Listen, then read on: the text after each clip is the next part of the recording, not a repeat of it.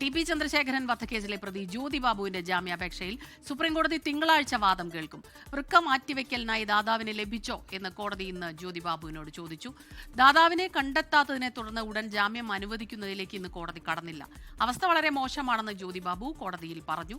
R അച്യുതനാണ് ചേരുന്നത് ഡൽഹിയിൽ നിന്ന് വിവരങ്ങളുമായി.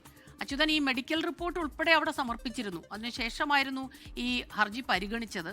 അതിപ്പോൾ മാറ്റിവെച്ചിരിക്കുന്നു. എന്തെല്ലാം കാര്യങ്ങളാണ് കോടതിയുടെ ഭാഗത്തു നിന്നുണ്ടായത്?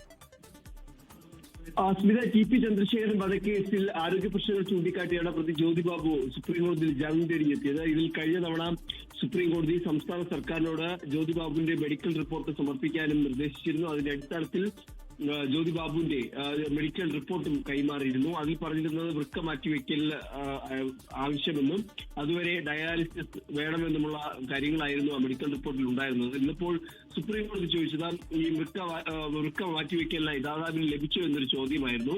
ദാതാവിനെ കണ്ടെത്താത്തതിനെ തുടർന്ന് ഉടൻ ജാമ്യം അനുവദിക്കുന്നതിലേക്ക് ഇന്ന് കോടതി കടന്നില്ല.